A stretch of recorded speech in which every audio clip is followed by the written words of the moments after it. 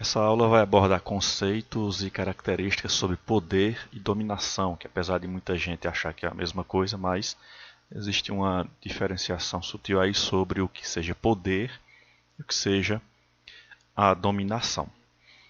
Então, esses dois termos aí só existem nas sociedades estratificadas. Basicamente, todas as sociedades têm uma certa estratificação, mas as sociedades fortemente estratificadas têm essa tendência de uns dominarem os outros ou de um ter mais poder do que os outros. Inclusive em sociedades socialistas existe o conceito de dominação dos comunistas, o Partido Comunista, sobre o resto da sociedade. E em sociedades capitalistas existe a hierarquia em que o poder está nas mãos daquele que tem um melhor status social. Justamente status social, que é a posição ocupada pelo indivíduo naquele espaço social. Que posição é essa? Uma posição de importância, posição que a sociedade julgue ser mais importante do que as outras. Então, de acordo com essa importância e posição social, o indivíduo vai ter menor ou maior poder sobre os demais dentro daquela sociedade. Então, os indivíduos que compõem a sociedade não se relacionam nem se distribuem de um modo homogêneo. Cada status daqueles indivíduos vai se relacionar e vai se distribuir dentro daquele próprio estrato social que ele faz parte. Uma pessoa que está em um status mais elevado, como por exemplo um médico aqui no Brasil, reconhecidamente pela sociedade, tem um status mais elevado, o que faz dele ter uma posição de destaque na sociedade. E, geralmente ele não se relaciona com pessoas que estão morando em uma favela, por exemplo, visto que a posição social de cada um é muito diferente. Então não há nenhuma relação, a não ser aquela que o favelado vá para o hospital público e seja atendido pelo médico, mas nenhum tipo de relação interpessoal haverá entre esses dois elementos aí na sociedade. A posição social que cada indivíduo ocupa implica também em relação a direitos e deveres, conforme o valor que lhe é conferido dentro daquela sociedade. Nossa sociedade brasileira, por exemplo, tem a lei para determinar que todos os indivíduos são iguais em direitos e deveres. Porém, na prática, a própria sociedade impõe direitos e deveres diferentes de acordo com a posição social de determinada pessoa dentro daquela organização. A sociedade é que dá. A sociedade é que dá direito a passar, por exemplo, em determinado evento, entrar em determinado evento que a sociedade mais inferior, dita inferior, não teria esse direito. Em shoppings, em lojas, etc., uma pessoa de classe mais baixa, quando entra, todo mundo já fica de olho. Então, a sociedade confere esse valor conforme a posição social que os indivíduos têm. Em sociedades em que a hierarquia é mais legalizada, como por exemplo na Índia, com a sociedade de castas, esses direitos e deveres são impostos pela própria política e a sociedade acata e estimula também esse tipo de atividade. O status é um lugar simbólico que o indivíduo ocupa em um sistema de hierarquização social. É um lugar simbólico. Ele não está lá porque comprou, ou porque se elegeu, ou porque tem direito. Isso aí pode acontecer, mas dentro de uma sociedade dita igualitária como a nossa, O status é algo que se conquista como uma celebridade, como uma pessoa que é famosa, um artista, e a partir daí ele tem alguns privilégios dentro daquela sociedade que pessoas comuns, ditas comuns, não têm. Qual a importância do status social em uma sociedade? Na sociedade, todas as nossas relações são influenciadas pelo status e papéis sociais. Então, tudo que nós fazemos é definido justamente pelo nosso papel. Se eu sou professor, então meu papel é dar aula, ensinar, é ter essa relação de ensino-aprendizagem com meus alunos. Esse é o meu papel social. E isso me dá um status também,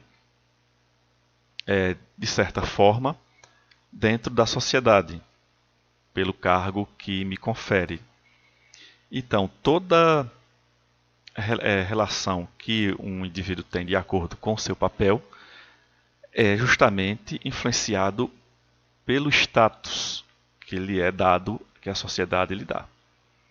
Então, o status de um professor, que é justamente o papel que ele exerce, influencia as relações do professor, no caso, com as demais pessoas dentro de uma sociedade. É mais comum o professor se relacionar com pessoas dentro da sua categoria, dentro do seu nível intelectual, dentro da seu âmbito educacional.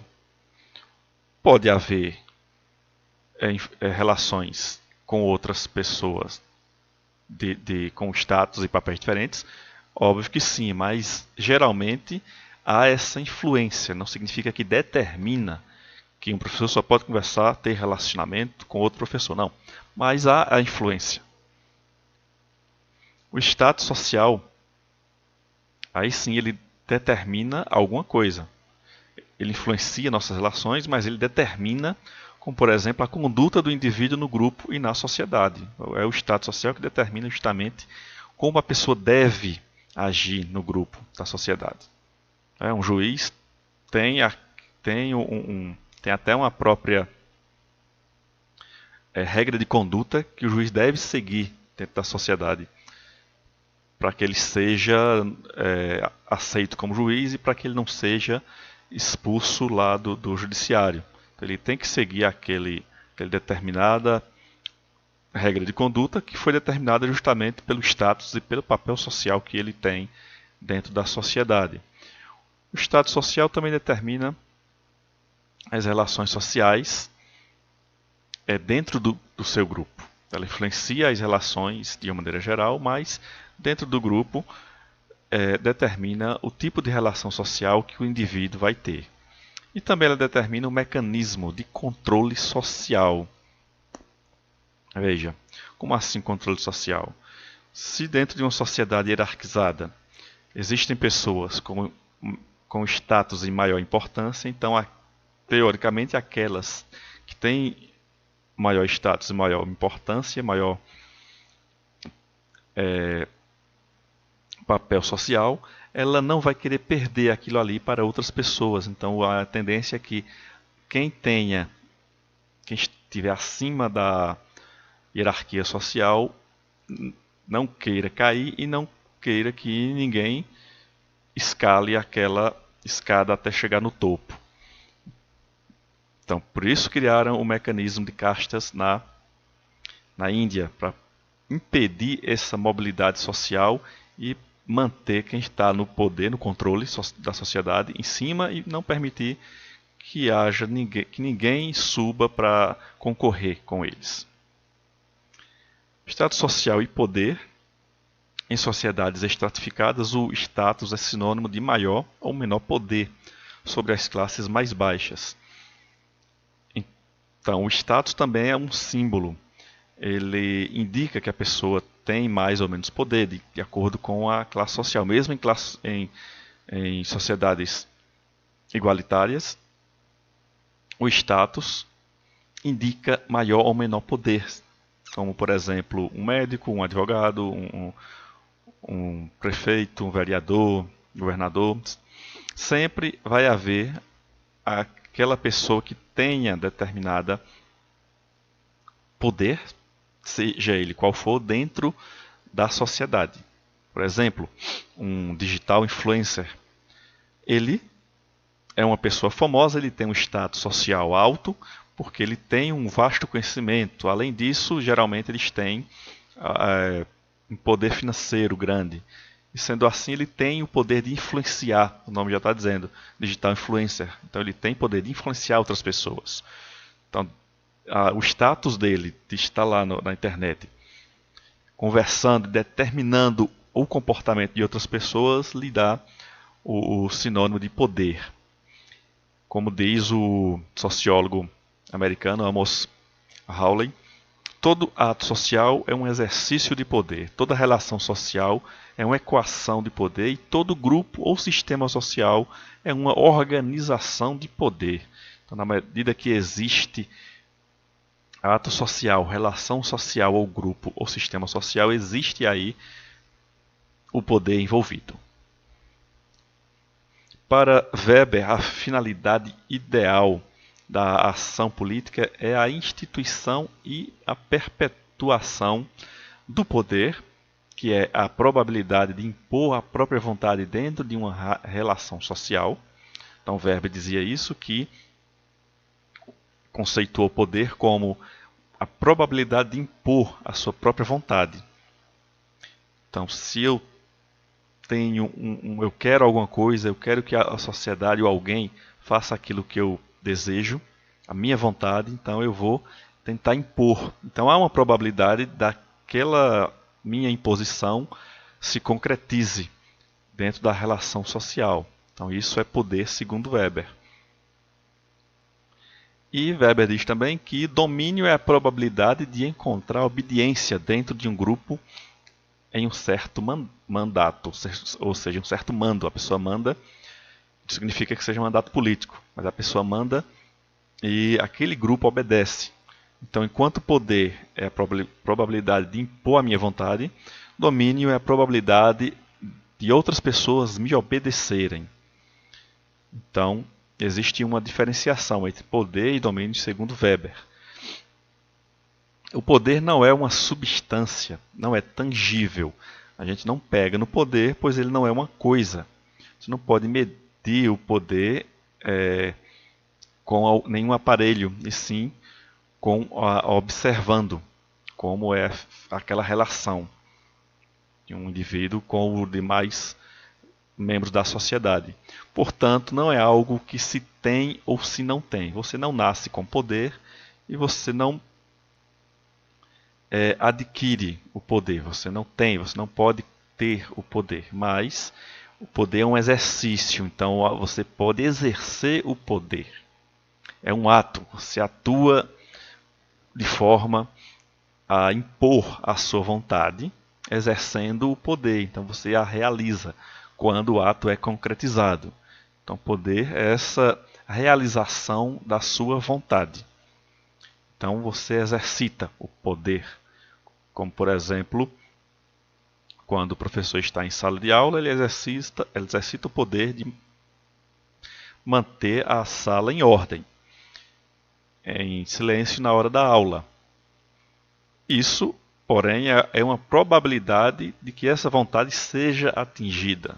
Não significa necessariamente que toda a vontade será atingida, visto que tem um ou outro que vai se exaltar e querer atrapalhar um pouquinho. Mas existe essa probabilidade e essa vontade de manter a sala em ordem.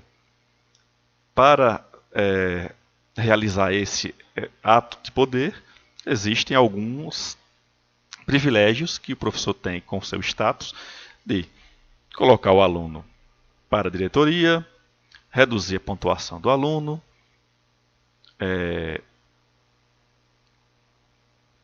conversar com os pais do elemento. Então há várias possibilidades de tentar manter a ordem dentro de uma sala. Isso é um exercício, ato de poder quando ele é realizado. E para isso, qualquer indivíduo utiliza os elementos que ele tem em suas mãos. Como eu falei, o professor tem aquele elemento de mandar o aluno para a diretoria, tirar da sala, chamar os pais. Então isso é para ele exercer poder, ele precisa dos elementos que ele tenha, não é só o status que lhe dá poder, mas sim os elementos. Um dos elementos é a coerção, o outro é a influência. Então, a coerção é o ato de obrigar pela força ou pela imposição que façam aquilo que se deseje. De que forma você pode coagir uma pessoa? Pela força, você tem força física, pela força de alguma arma, por exemplo, é muito comum, né, nas sociedades subdesenvolvidas a criminalidade obrigar o indivíduo a lhe passar seus pertences pela arma, pela força, né, em escolas em que tem aqueles valentões, ele obriga o mais fraco a lhe dar dinheiro, a fazer o que ele manda. Ou por imposição, justamente por não temer aqueles que falam mais baixo, por falar mais alto e por impor a sua vontade. Então isso é coerção, obrigar os outros a fazer aquilo que você quer. E por influência, que é fazer com que os outros sejam como se fosse por vontade própria, por persuasão. Então isso é mais uma questão de ter domínio da linguagem, ele ter carisma, ter força de convencer a pessoa a fazer o que ele quer, fazer com que os outros façam aquilo, a sua vontade, sem precisar impor, sem precisar de força ou ameaça. Simplesmente conversando, a pessoa vai, através do poder da influência, através do elemento da influência, vai fazer com que a pessoa faça aquilo. É muito comum na escola também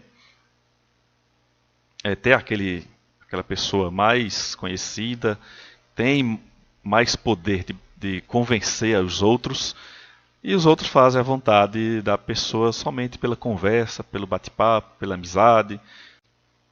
Para isso se precisa de recursos.